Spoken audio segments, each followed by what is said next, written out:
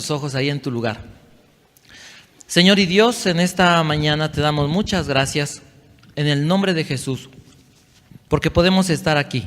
Es un día muy especial, no solamente porque es domingo y es el día que nos congregamos como iglesia. Es un día muy especial porque hace poco más de 2000 años, en este día, Señor, de acuerdo a los calendarios, en este día, hace algunas horas, te levantabas de entre los muertos. De manera que a estos momentos tu tumba estaba vacía. Y la gente corría, la gente se avisaba, la gente se alegraba, tus discípulos se alegraban. Pero muchas personas también se conflictuaban. Muchas personas estaban consternadas, haciendo investigaciones, pensando en qué pasó, estableciendo teorías o ideas. Algunas personas pensaban en cómo era posible. Y tus enemigos, como el diablo y algunos hombres como el Sanedrín, como el mismo Pilato, intentaban entender qué es lo que había pasado. ¿Qué es lo que había pasado contigo, Señor Jesucristo? En esta mañana que recordamos esto, te pedimos que llenes nuestro corazón, que nos alegres. Que nos alegres, Dios, porque Cristo vive. Y si Cristo vive, nosotros viviremos eternamente con Él. Por eso te alabamos, Padre, y te damos la gloria, Dios Santo, en el nombre poderoso y bendito de tu Hijo Jesucristo. Amén. Si quieres darle un aplauso a Dios.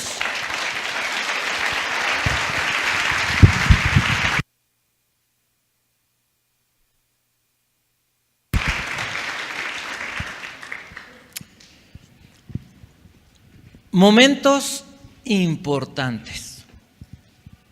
¿Qué es un momento importante? ¿Por qué un momento puede ser importante?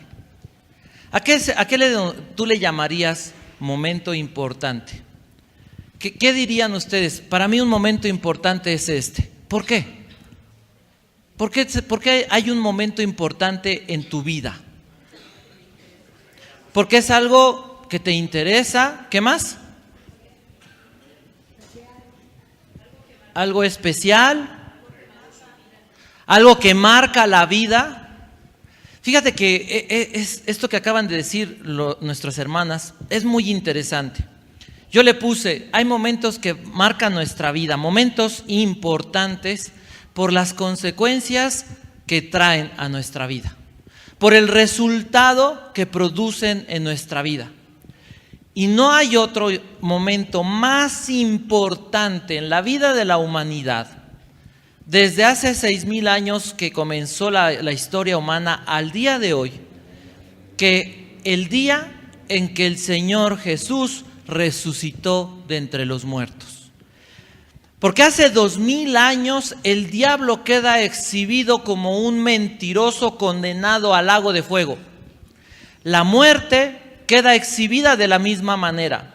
Los enemigos de Dios, imagina tú al Sanedrín viendo el velo roto, partido a la mitad, de arriba hacia abajo. Para que alguien pudiera escribir esto, es que lo vio. Cualquiera diría, bueno, se rompió de abajo hacia arriba. Sería lo más lógico por la altura que tenía. Pero para que alguien dijera, se rasgó de arriba a abajo, enseñando que es Dios el que abre la puerta, es que hubo testigos. Imagina aquellas personas que apoyaron la muerte de Jesús. ¿Qué pensaron cuando vieron eso? Piensa tú, ¿qué pensaron las personas cuando llegaron y le dijeron a Pilato, la tumba está vacía? Era pena de muerte para los que habían cuidado, los soldados tenían que morir. Piensa peor aún lo que sintió Caifás y Anás y todo el séquito de ellos cuando les dijeron, el cuerpo de Cristo, el cuerpo de Jesús, que ellos decían que no era el Cristo, el cuerpo de Jesús no está. Piensa lo que sintió la mayoría de las personas que dijeron, crucifícalo, cuando vieron que Él se levantaba de entre los muertos. ¿Qué pensaron? No puedo dimensionar el terror, el susto que hubo en su corazón de decir, ¿con quién nos metimos? Aquellos que gritaron, ¿sabes qué? Su sangre sea sobre nosotros. Aquellos que dijeron, ¿sabes qué? No importa, tú mátalo. Y que Pilato dijo, bueno, está bien, pero me lavo las manos. ¿Eso valió? Ese mojarse las manos para decir, yo no tengo culpa delante de este justo. Imagina a su esposa que le dijo, no tengas que ver con la muerte de este justo. Y que toda la gente supo eso. Hoy vamos a hablar de que Cristo ha resucitado. Este es el tema de esta mañana. Y vamos a ver brevemente el análisis histórico.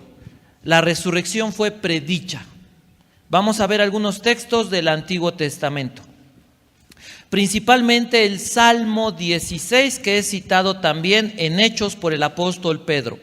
Vamos con tu Biblia al Salmo 16, verso del 8 al 11. Y esto es muy interesante lo que vamos a analizar. Salmo capítulo 16, aparece también en nuestra pantalla este pasaje tan interesante. Dice la Biblia, ¿ya lo tenemos? Ok, verso 8. A Jehová he puesto siempre delante de mí, porque está a mi diestra, no seré conmovido. Se alegró por tanto mi corazón y se gozó mi alma. Mi carne también reposará confiadamente, porque no dejarás mi alma en el Seol, ni permitirás que tu santo vea corrupción. Antes de explicarles esto, vamos a Hechos en el capítulo 2. Hechos capítulo 2, donde el apóstol Pedro explica este pasaje o usa este pasaje para predicar sobre la resurrección, sobre la venida del Espíritu Santo en los creyentes. Hechos capítulo 2, verso desde el 25.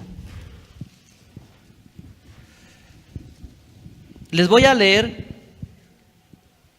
desde el 22, si ustedes quieren acompañarme sería muy bueno. Dice, varones israelitas, oíd estas palabras.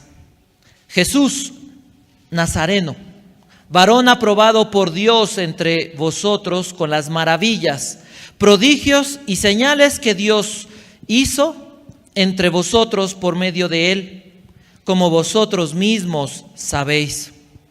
A este, entregado por el determinado consejo y anticipado conocimiento de Dios, prendisteis y matasteis por manos de inicuos, crucificándole, al cual Dios levantó sueltos los dolores de la muerte, por cuanto era imposible que fuese retenido por ella. Porque David dice de él, veía al Señor siempre delante de mí, porque está a mi diestra, no seré conmovido.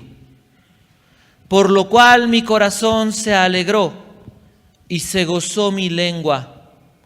Y aún mi carne descansará en esperanza, porque no dejarás mi alma en el Hades, ni permitirás que tu santo vea corrupción. Dice el verso 29, varones hermanos, se os puede decir libremente que del patriarca David, que murió y fue sepultado, y su sepulcro está con nosotros hasta el día de hoy. Entonces Pedro explica de quién habla el Salmo 16. Es importante y es interesante esto. ¿Por qué? Porque hay una filosofía herética que se llama la teoría de la extinción. Y dice que Dios, es muy profunda, se la voy a sintetizar lo más que puedo, que para que la conozcan y la entiendan. Que Dios no va a castigar eternamente a los pecadores. Y dice uno, bueno, eso pues no se oye muy bien. Pero se dice esto, y las personas que creen esto sostienen que si el pecador va a ser castigado eternamente y nosotros no somos castigados eternamente, va a ser porque de alguna manera Jesús tuvo que pagar eternamente nuestro pecado. Y todo, diríamos, se oye sencillo, pero Jesús está eternamente pagando nuestro pecado. De acuerdo a la Escritura, lo que la Biblia dice, para terminar rápido con esta herejía, la Biblia dice en Hebreos que fue un sacrificio de una vez y para siempre. Pero entonces, ¿cómo es que Jesús solamente estuvo 3 días y al tercero resucitó y ese sacrificio vale eternamente? Porque el pecado del ser humano no es eterno, dado que nosotros no somos eternos. La condenación sí. Tenemos un inicio y seguiremos viviendo eternamente, sí, pero no somos eternos o preexistentes como Dios. Jesús, como Dios, siendo preexistente, Él puede morir por nuestros pecados porque Él es eterno. Se los pongo fácil. Debemos 10 pesos. Esa es nuestra deuda. Y a Jesús con $1,000 millones a pagar 10 pesos. Porque el sacrificio de Jesús es ¿desde dónde? Dice la Biblia, fue inmolado antes de la creación del mundo. El sacrificio de Jesús es eterno, no por su duración, sino porque fue establecido desde la eternidad y por la validez que tiene. El pecado de nosotros es, en el sentido humano, es finito. Entonces, nosotros podemos decir que Jesús murió y pagó por nuestro pecado por toda la eternidad, sin que Él esté eternamente sufriendo o padeciendo. La Biblia dice que Jesús descendió a las partes más bajas. Jesús descendió al infierno. Pero dice el Salmo 16, a Jehová he puesto siempre delante de mí. Verso 9. Se alegró por tanto mi corazón y se gozó mi alma.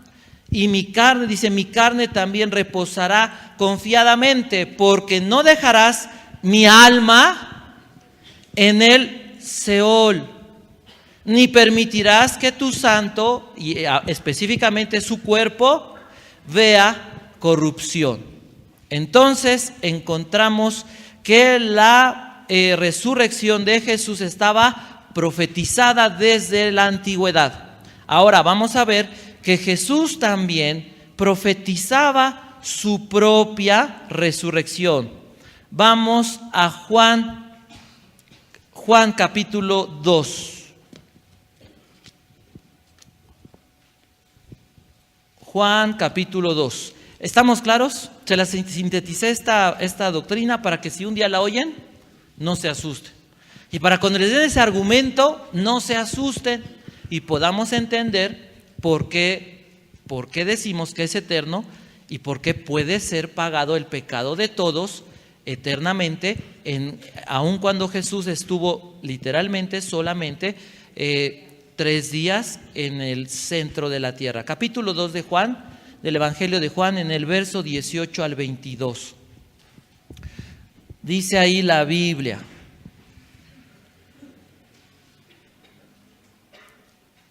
y los judíos respondieron y le dijeron: ¿qué señal nos muestras ya que haces esto? Acaba de purificar el templo, si ustedes recuerdan, y lo hizo 2 veces. Dice el verso 19: respondió Jesús y les dijo: destruid este templo y en 3 días lo levantaré. Dijeron luego los judíos: en 46 años fue edificado este templo y tú en 3 días lo levantarás. mas él hablaba del templo de su cuerpo. 22, importante. Por tanto, o como resultado, ¿no? O como conclusión, cuando resucitó de entre los muertos, sus discípulos se acordaron que había dicho esto. ¿Y qué dice? Y creyeron. ¿Pero cuándo fue esto? ¿Hasta qué? Sucedió cuando resucitó. O sea, ellos escucharon, como tú y yo hemos leído varias veces, que Jesús anunció 3 veces como mínimo su muerte y resurrección. Pero dice allí la Escritura que ellos cuando resucitó se acordaron que había dicho esto y creyeron la Escritura y la palabra que Jesús les había dicho. Jesús les había prometido: voy a resucitar, voy a morir, pero voy a resucitar. Y dice uno, ¿está tan claro? Está claro, pero qué trabajo nos cuesta como a los discípulos entenderlo. Vamos a ver, este fue el primer punto, la resurrección de Cristo fue predicha ¿por quiénes? Por 2, por las Escrituras y por el mismo Señor Jesucristo. Primer punto, entonces, hay 2 profecías o hay 2 promesas sobre esto, la de las Escrituras y la de Jesús, y las 2 se cumplieron. Segundo punto, evidencia para la resurrección de Cristo. Las evidencias de que Jesús, nuestro Señor, resucitó. El cristianismo no es una invención humana, no es que a alguien se le ocurrió una religión más. El cristianismo no es que alguien dijo, bueno, yo creo que podemos hacer esto. El cristianismo es una verdad histórica. Alguien dijo ahí una relación, realmente es una relación con Cristo, con Dios, a través de Cristo. Pero es una realidad, es una verdad histórica. Si alguien dice, no creo en Jesús, tendría que borrar ¿cuántos años de historia? Para empezar, 2000 años, porque estamos en el año, ¿qué año estamos? 2018 después de Cristo.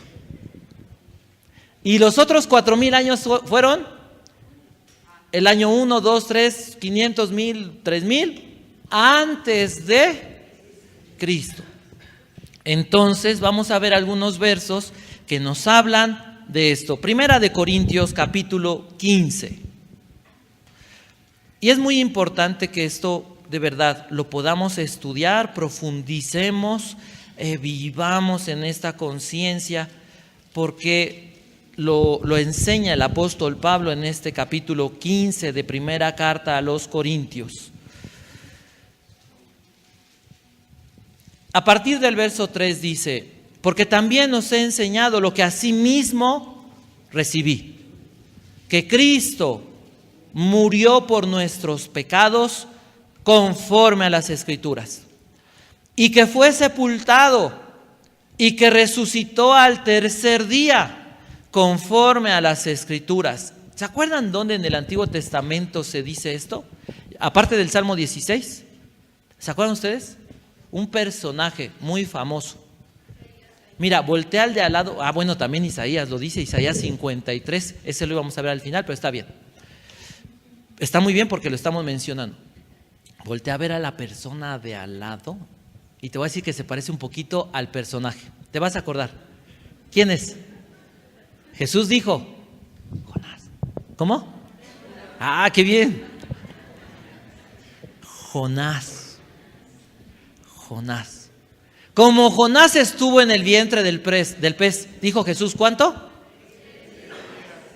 3 noches, así es necesario que el Hijo del Hombre esté en el centro de la tierra. Su vida fue una profecía de lo que Jesús haría. Entonces dice, conforme a las Escrituras, fue sepultado. Y esta es la parte importante en este punto. Fue sepultado y que resucitó al tercer día conforme a las Escrituras. ¿Qué ¿qué pasa con ese hecho de la evidencia de la resurrección? Vamos a ver evidencias de la resurrección. Hechos capítulo 1, verso 3.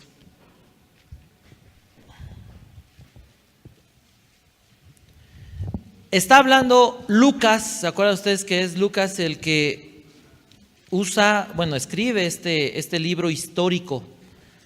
Lucas es un historiador que era médico, era un hombre culto, un gentil que fue discipulado por el apóstol Pablo. Habla de cosas verdaderamente interesantes. Escribe y dice el primer verso, se los voy a leer desde el 1. En el primer tratado, oh Teófilo, la palabra Teófilo significa alguien amado por Dios. Y eso podríamos ser tú y yo. Dice, en el primer tratado, oh Teófilo, hablé acerca de todas las cosas que Jesús comenzó a hacer y a enseñar, hasta el día en que fue recibido arriba, después de haber dado mandamientos por el Espíritu Santo a los apóstoles que había escogido, a quienes también, después de haber padecido, se presentó vivo con, ¿qué dice? Muchas pruebas indudables, irrefutables. Dice, apareciéndoseles durante 40 días y hablándoles acerca del reino de Dios. ¿Cuáles fueron esas pruebas? En primer lugar, tenemos nosotros que recordar históricamente que Jesús es un personaje histórico. ¿Alguna vez te pasó que abriste tu Biblia en el Evangelio de Mateo en el capítulo 1, cuando apenas comenzabas a leer tu Biblia? ¿Y qué te encontraste? La genealogía de Jesús. Digo, para empezar dice uno genealogía, ¿y esto cómo se come? Pero no estamos muy acostumbrados, ¿no? La primera vez que abrías la Biblia, genealogía de Jesús. Y comienza, hijo de este, hijo de este, hijo de este, hijo de este. ¿Sabes eso para qué sirve? No. Pensé que sí. Bueno, la van a leer y la van a entender ahora. Los judíos tenían una ¿cómo se dice? Una tradición. Los judíos tenían la tradición de que se registraban las familias para poder encontrar el linaje. Y lo encontramos esto en Números, lo encontramos en Crónicas, en Nehemías, ¿se acuerdan? Y los que no eran encontrados en la genealogía, ¿qué pasaba con ellos? Los sacaban del pueblo. Entonces encontramos que Jesús, de acuerdo a la genealogía, era un personaje ¿qué? Histórico. Histórico, está registrado históricamente desde dónde viene Jesús. ¿Desde dónde viene? Se traza su genealogía en el Evangelio de Lucas y en el Evangelio de Mateo.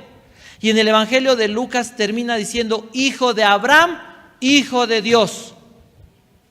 Y en el Evangelio de Mateo dice que Jesús era hijo, pasa por David y pasa por Abraham, judío. Entonces, Jesús es un personaje 100% histórico y humano. ¿Qué otra cosa vemos en Jesús? Jesús muere históricamente en la cruz. ¿Y sabes quién dio testimonio de eso? ¿Quién, hagan de cuenta, como el acta de defunción que hoy usamos? Díganme sí o no. ¿Quién fue? Hoy. Humanamente hablando. Pilato. ¿Se acuerdan? Digo, no había doctores, pero ¿se acuerdan que dice la Biblia que llega un soldado romano y dice, le entierra una lanza? El evangelista Juan lo registra. En el costado y dice, y salió agua mezclada con sangre. Y eso determinaba o eso significaba que Jesús entonces había ¿qué? Muerto. Históricamente, las evidencias de que murió están dadas por los enemigos mismos de Dios. Y por eso se le entregó el cuerpo a ¿cómo se llama? José de Arimatea, un perteneciente al Sanedrín. También dice otra evidencia acerca de esto, que el cuerpo de Jesús fue puesto, bajado de la cruz y puesto en una tumba nueva. Y eso lo dijo ¿quién? Ahora sí, alguien dijo Isaías. Evidencia de que Jesús estaba cumpliendo todas las profecías. No dice en Isaías quién iba a poner su tumba. No dijo el nombre de José, pero lo encontramos en el Nuevo Testamento que es José. Y por último vemos confirmado, y aquí me tardaré un poco, pero intentaré hacerlo rápido por causa de tiempo. Jesús murió, y sí es importante recordar el calendario en el que murió Jesús. Jesús no pudo haber muerto el viernes, como se acostumbra. Si Jesús muere el viernes, de viernes a sábado sería un día, de sábado a domingo serían, falta él. Acordémonos que el calendario judío es diferente y se escribe conforme al calendario judío. ¿Cuándo empezaba el calendario judío el día? En la tarde. La tarde y la mañana fue un día, dice Génesis. Entonces, el día que tuvo, de acuerdo a la cronología, de acuerdo al calendario, tenía que haber muerto la madrugada para amanecer jueves. Bueno, no, perdón. Esa madrugada fue golpeado y fue afligido. Pero el Señor Jesús, tuvo que haber sido crucificado la mañana del jueves. Y ustedes me van a decir, pero es que dice que venía el día de reposo. Y por eso la gente dice que murió el viernes, porque el siguiente día era día de reposo. Pero en la Pascua, cuando se celebraba la Pascua y la fiesta de los panes sin levadura, se dice que el día de la Pascua, al siguiente día, esto aparece en el Antiguo Testamento, se tenía que celebrar un Shabbat. Y había veces que el Shabbat podían ser seguidos 2 días. Entonces el Señor Jesús muere en la cruz a las 9 de la mañana del día jueves de nuestro calendario, de nuestro horario, que sería la hora tercera de acuerdo al calendario judío, porque estuvo en la cruz ¿cuántas horas? Qué estudiosos son. 6 horas. ¿Se acuerdan que se oscurece la tierra por completo? Y el cuerpo de Jesús tenía que ser quitado porque se celebraba ese Sabbat. El Sabbat significa descanso, ¿se acuerdan? Hubiera sido a partir del jueves de las 6 de la tarde para comenzar el Sabbat, de 6 de la tarde del jueves a 6 de la tarde del viernes, un día. De 6 de la tarde del viernes, que es el Sabbat, que es normal, que se le llamaba el Shabbatón, me parece que es la pronunciación correcta.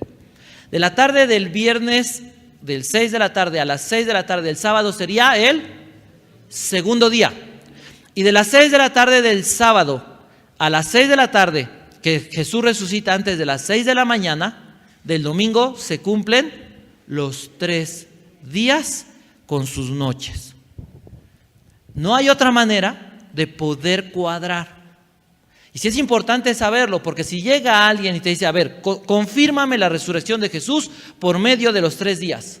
La mayoría no lo hace, porque no toman en cuenta el calendario judío, sino que toman en cuenta ¿cuál calendario? El gregoriano, el nuestro, el romano. Y entonces no coincide. Entonces, ¿entendido? De jueves 6 de la tarde a 6 de la tarde de viernes 6 de la tarde a sábado 6 de la tarde, y de 6 de la tarde del sábado al amanecer del domingo, 3 días, 3 noches. ¿Qué pasó con Jesús cuando dice la Escritura que llegan? Vamos a Lucas, al final del Evangelio, Lucas capítulo 24, verso 1 al verso 12. Dice la Biblia, el primer día de la semana, ¿qué día es? Dijimos, domingo, muy de mañana, vinieron al sepulcro trayendo las especias aromáticas que habían preparado y algunas otras mujeres. ¿Quién vino? Vamos a leer unos versos arriba. Dice el verso 55, capítulo 23, verso 55. Y las mujeres que habían venido con él desde Galilea siguieron también y vieron el sepulcro y cómo fue puesto su cuerpo. Algunas personas dicen, lo que pasa es que el cuerpo de Jesús se lo llevó José de Arimatea. Es interesante un dato que les quiero dar. Se supone que los que morían en la cruz eran delincuentes, lo peor. ¿Y saben cómo tenían que morir? ¿Cómo eran enterrados? Bueno, más bien no eran enterrados. Se bajaban de la cruz. ¿Y se acuerdan ustedes del Valle del Guena, que alguna vez hablamos? ¿Sí o no? De ahí viene la palabra infierno, que era el basurero de Jerusalén, que siempre se estaba quemando, ¿se acuerdan? Que ahí salían a echar los desperdicios y los cuerpos de los delincuentes. Entonces, en ese lugar, el cuerpo de Jesús tenía que haber sido bajado de la cruz y haber sido arrojado desde ese lugar, porque era considerado un blasfemo por el Sanedrín, y haber sido devorado por los perros o haberse quemado su cuerpo. ¿Pero qué pasó? Se cumple la profecía. O sea, eso es lo que obligatoriamente hubiera sucedido.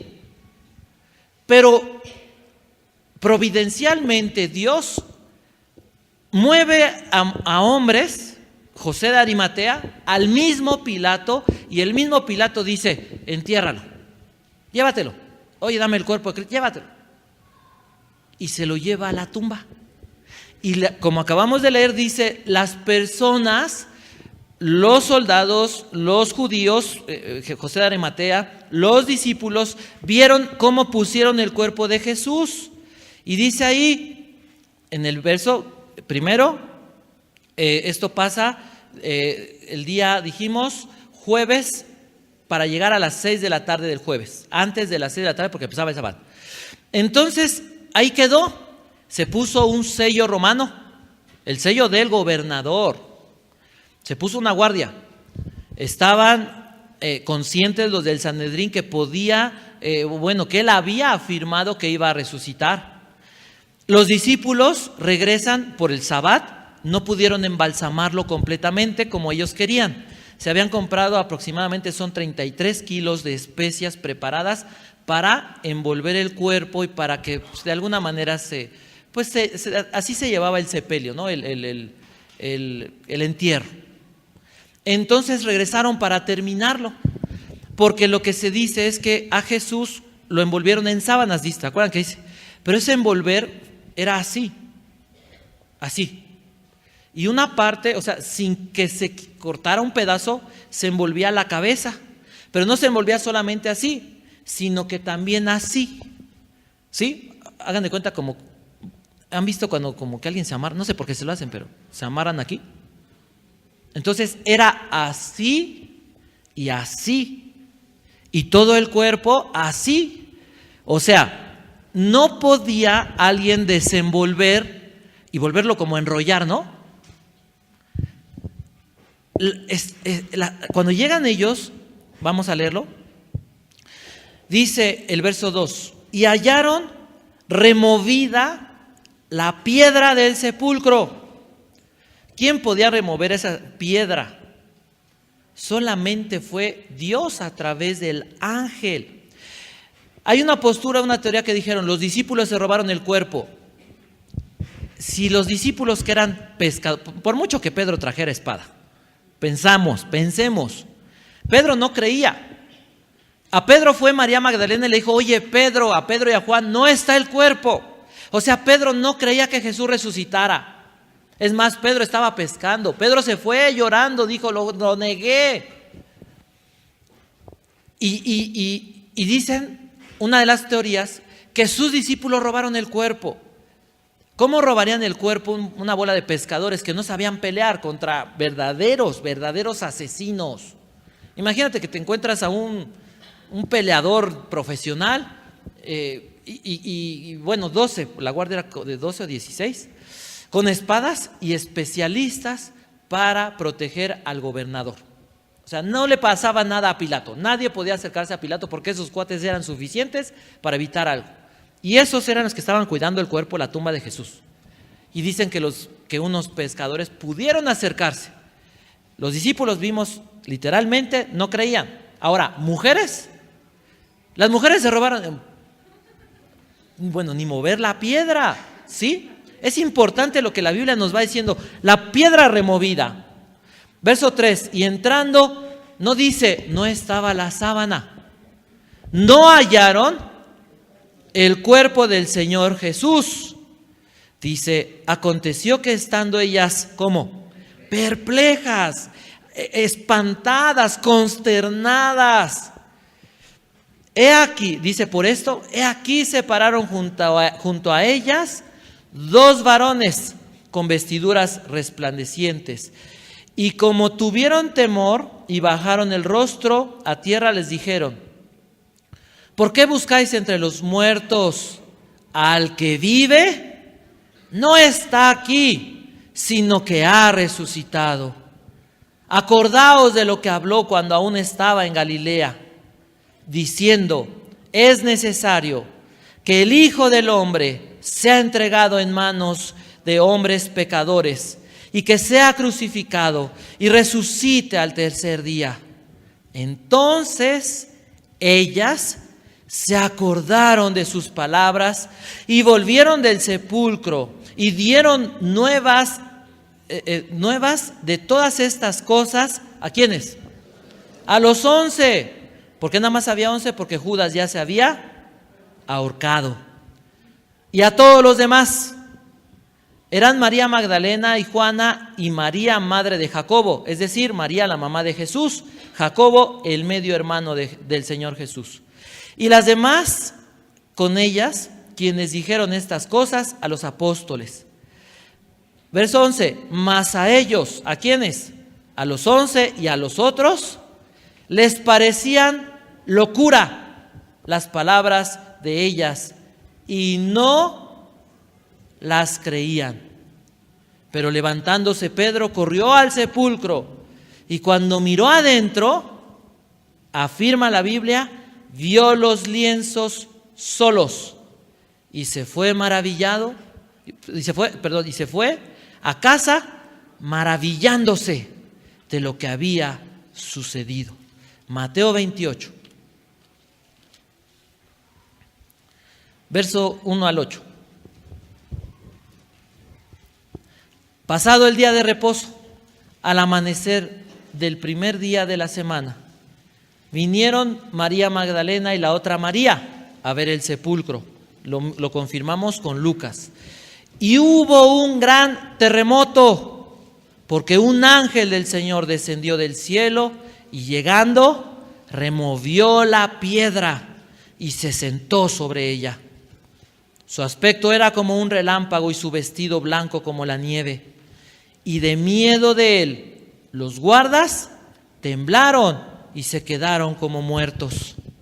Mas el ángel respondiendo dijo a las mujeres, no temáis, porque yo sé que buscáis a Jesús, el que fue crucificado. No está aquí, pues ha resucitado, como dijo. Venid, ve del lugar donde fue puesto. E id pronto y decid a sus discípulos que ha resucitado de los muertos y que va delante de vosotros a Galilea. Allí le veréis. He aquí, os lo he dicho. Entonces ellas, saliendo del sepulcro con temor y gran gozo, fueron corriendo a dar las nuevas a sus discípulos. Y mientras iban a dar las nuevas a los discípulos, he aquí Jesús les salió al encuentro diciendo, salve. Y comienza a hablar con ellas. Y en Lucas vimos que se aparece a sus discípulos camino hacia Emaús. Vamos a Juan.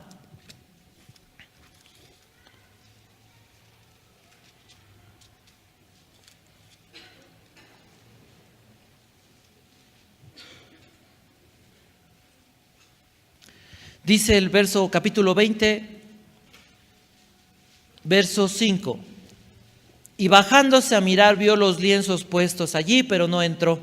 Luego llegó Simón Pedro, está hablando de Juan. Juan llegó y vio los lienzos.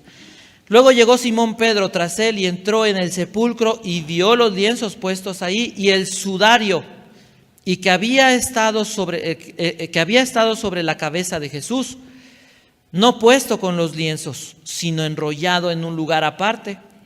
Entonces entró también el otro discípulo que había venido primero al sepulcro y vio y creyó, porque aún no habían entendido la escritura, que era necesario que él resucitase de los muertos.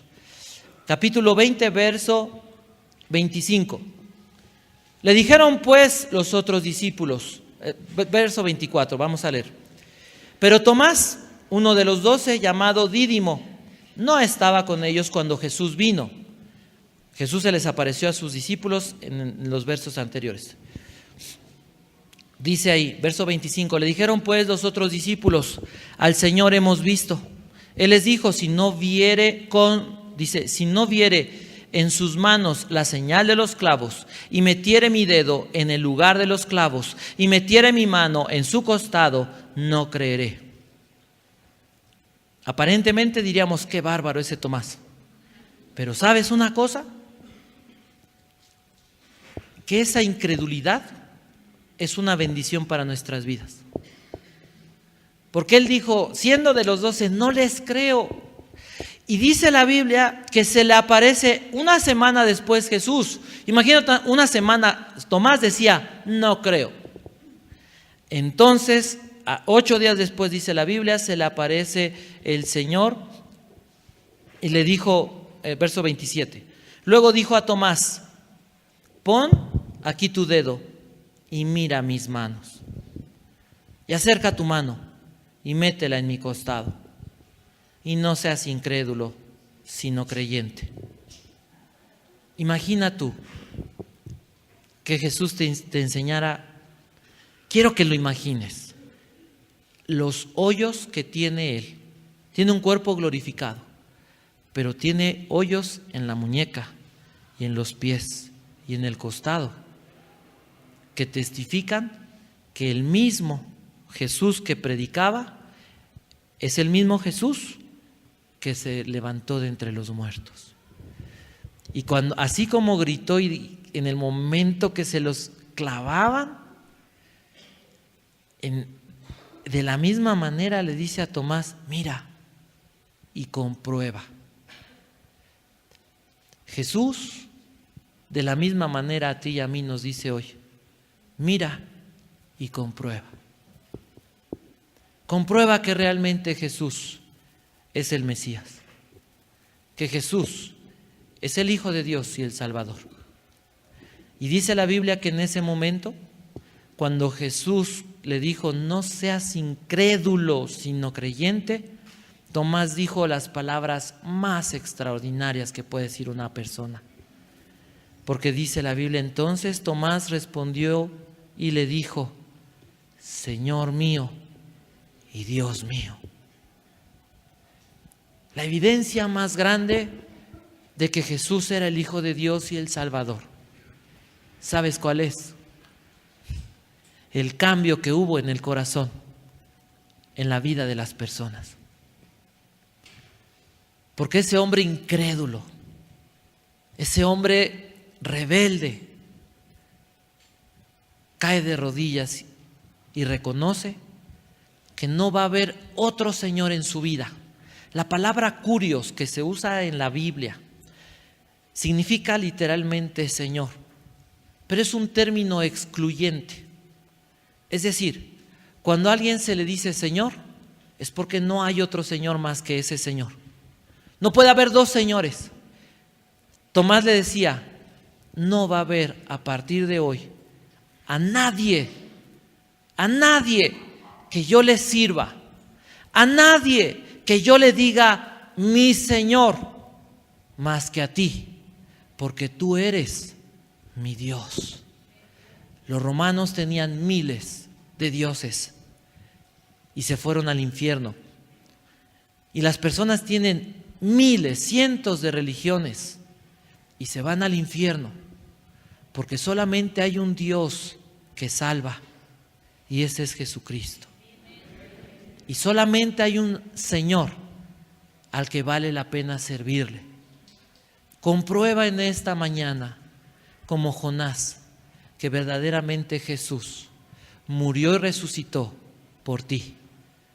Y dile a Dios, deja que sea Jesús el que, así como cambió el corazón de Pedro, Pedro no creía en Jesús como tú y yo, dudaba, lo dices, te lo leí, no lo creían, las mujeres no lo creían, los discípulos no lo creían, hasta que Él vino y se apareció. Hoy no necesita aparecerse Jesús con nosotros. ¿Sabes por qué? Porque el Espíritu Santo habita en quien cree en Jesús. No es necesario que Cristo se aparezca, porque el día que aparezca Jesús, ese día iremos al cielo. Hoy el Espíritu Santo, la tercera persona de la divinidad, hace posible que tú y yo podamos decir, Señor mío y Dios mío, por su presencia en nuestras vidas. Cierra tus ojos. Padre Celestial, Señor, tal vez no hay las palabras, tal vez no tenemos las palabras, tal vez no tenemos la imaginación, la capacidad mental para entender, para poder disfrutar, apreciar, darle el valor a este hecho histórico que fue la resurrección de tu Hijo Jesús. Señor, hace algunas horas te decía, ¿cómo poder predicar algo tan glorioso? ¿Cómo poder decirle a una persona que Cristo vive? ¿Cómo poder decirle a una persona que vale la pena la vida tan solo porque tú resucitaste? Y que lo crean. ¿Cómo decirle a una persona, tus problemas están vencidos en el nombre poderoso de Jesús? Porque Él resucitó. Y que las personas lo crean.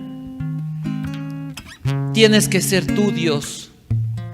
Tiene que ser tu Espíritu Santo el que convenza a cada uno de los que estamos hoy aquí de que Jesús vive y de que gracias a que tú vives, Señor Jesús, tenemos la victoria sobre el pecado.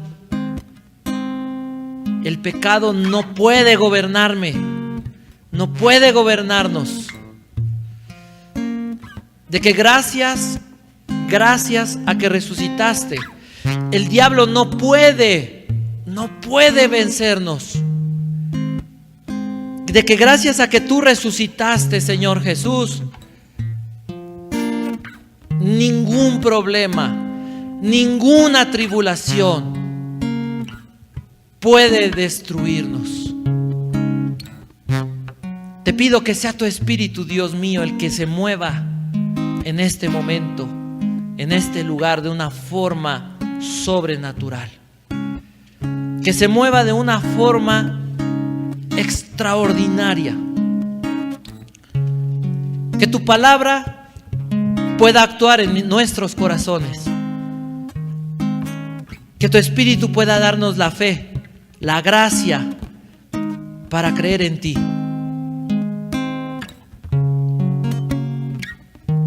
Que podamos en esta mañana experimentar las siguientes palabras.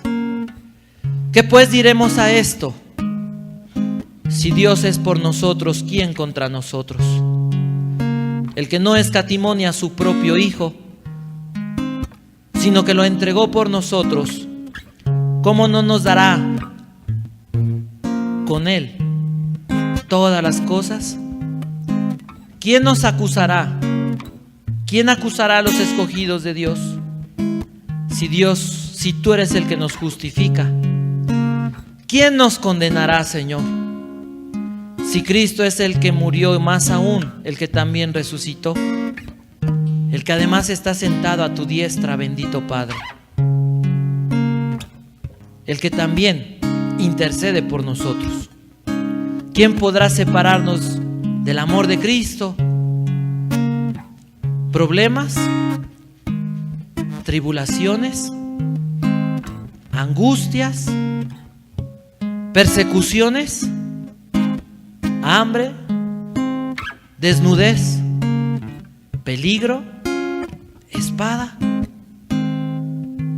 Y aunque por causa de ti somos muertos todo el tiempo y somos como ovejas llevadas al matadero, dices tú en tu palabra que sobre todas estas cosas que has mencionado, Dios, nos has hecho más que vencedores en Cristo Jesús. Padre, que en esta mañana podamos festejar que Cristo vive. Así es que tú hermano, hermana, si en esta mañana te identificas como Pedro, como Tomás o como los demás, que te has dejado llevar por tus emociones en lugar de darle el señorío de tu corazón, de tu vida a Cristo, y hoy Dios te da la capacidad de oír su llamado, de poder entender que el Señor Jesús espiritualmente, a través de su presencia, de su Espíritu, está aquí, y que es Cristo, es Jesús el que te llama a no ser incrédulo, sino creyente.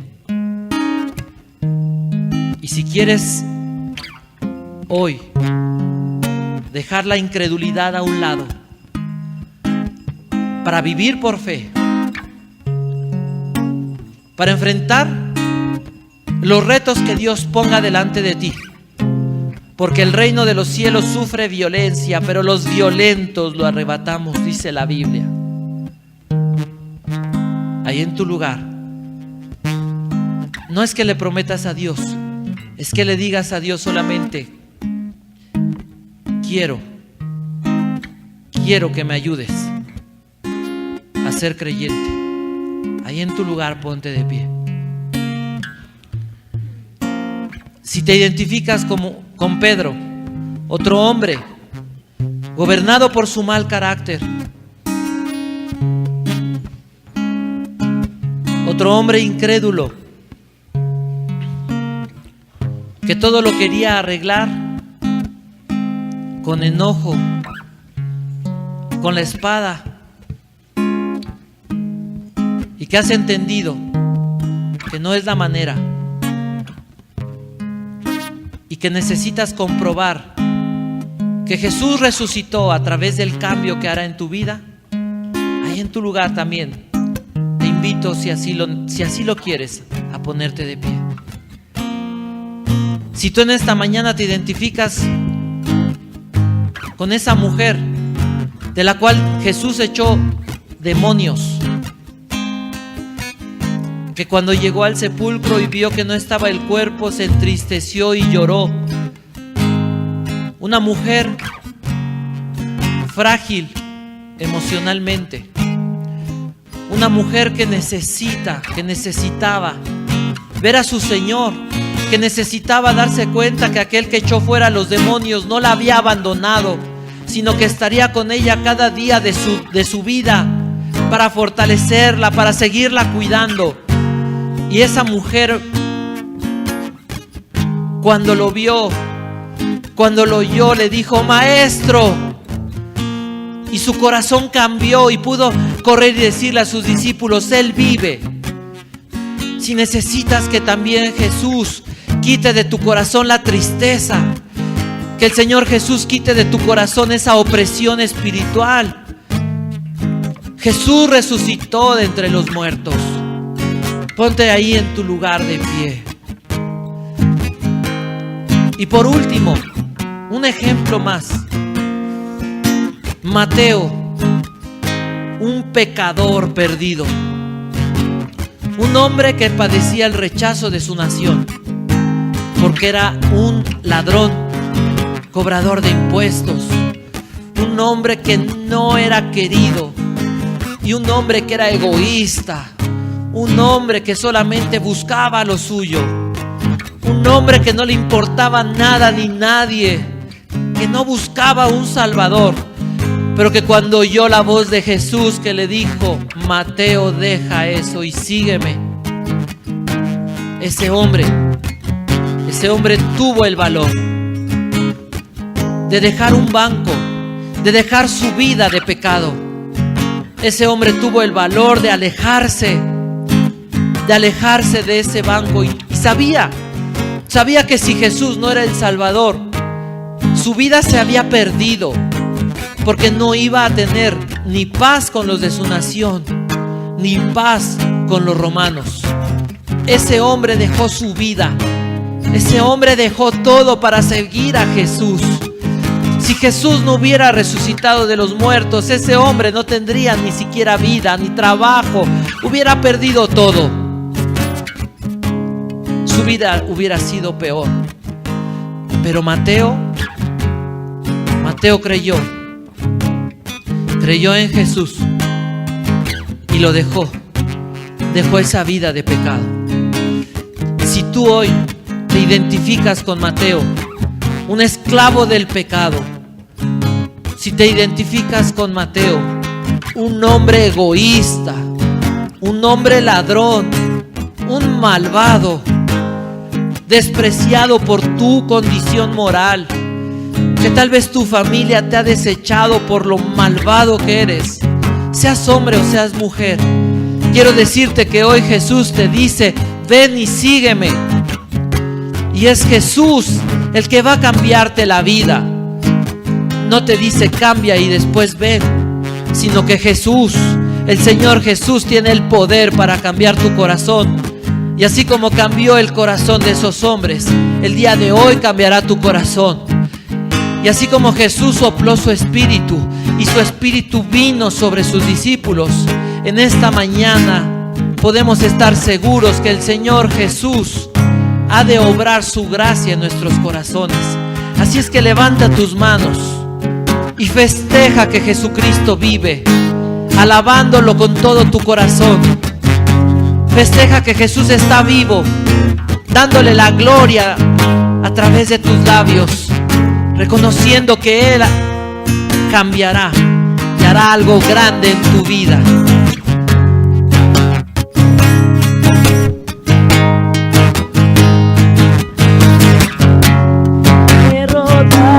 Ya no estoy por tu espíritu en mí. Jesús resucitó y vivo está en mí. En tu nombre vivo estoy, la victoria tengo en ti. Jesús resucitó y vivo está en mí. Derrotado ya no estoy por tu espíritu.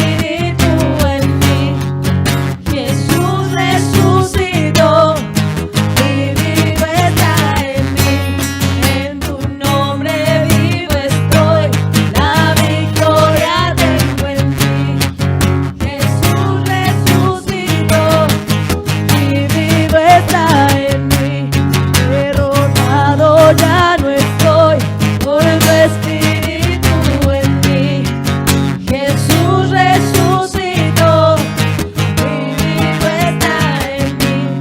En tu nombre vivo estoy, la victoria tengo en ti. Jesús resucitó y vivo está en mí. Vivo está.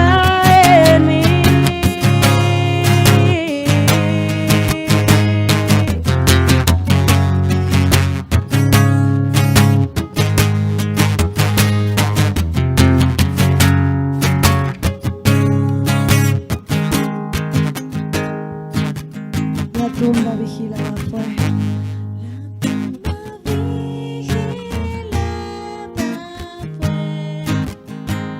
En vano sin saber que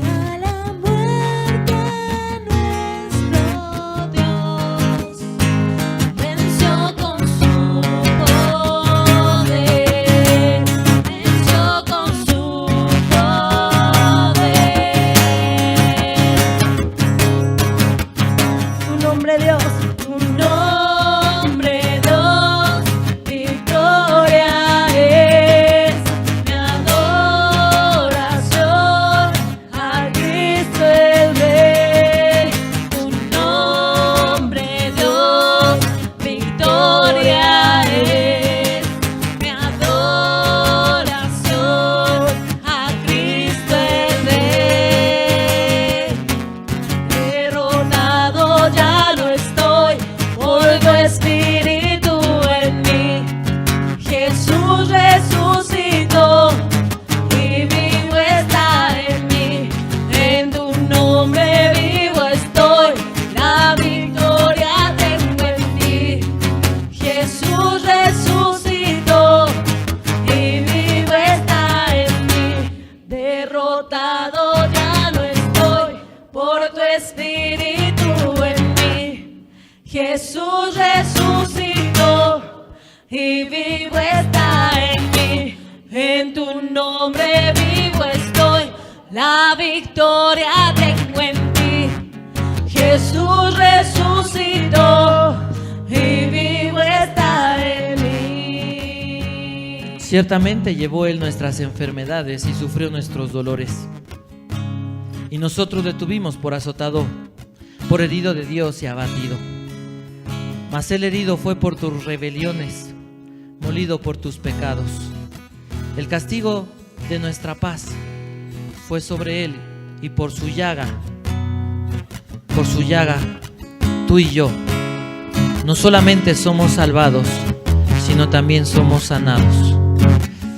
Levanta tu mano al cielo y dile conmigo: Señor, que por la muerte y resurrección de Jesús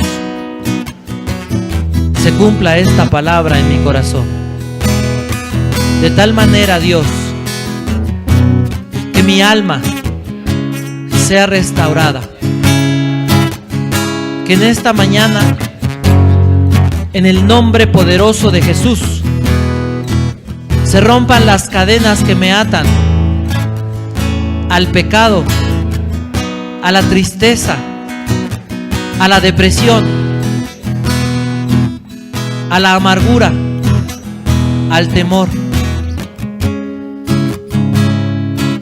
Padre Celestial, que en esta mañana, bendito Dios, en el nombre poderoso de Jesús, podamos ver cómo tu Espíritu trae restauración en las familias. Cómo tu Espíritu, Señor, trae restauración en los matrimonios. Que tu Espíritu, bendito Dios, pueda traer sobre tu iglesia restauración y vida. Que tu Espíritu llene nuestros corazones. Y que si hay alguien que en esta mañana tiene la fe, le has dado la fe, esa fe de Cristo, esa fe milagrosa, puede experimentar también una sanidad, puede experimentar una restauración en su cuerpo. Con tus manos levantadas, alaba un poquito de tiempo ahí al Señor Jesucristo. Con todo tu corazón exalta el nombre de Jesús. Al que está sentado en el trono, al que vive para siempre y siempre, sea la gloria, sea la honra y el poder, sea la gloria, sea la honra y el poder.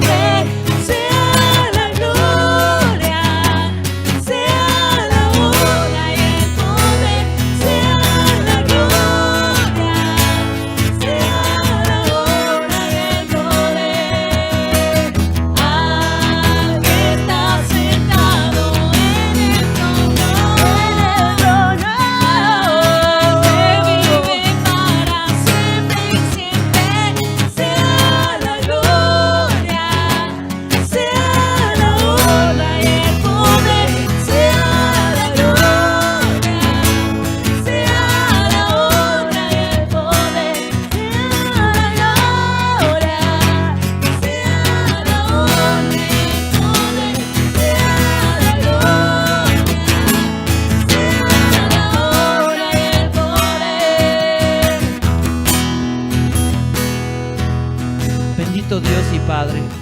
Bendito Señor Jesús, que si este día fuera el último día de nuestra vida, nos hallaras alabándote, Señor.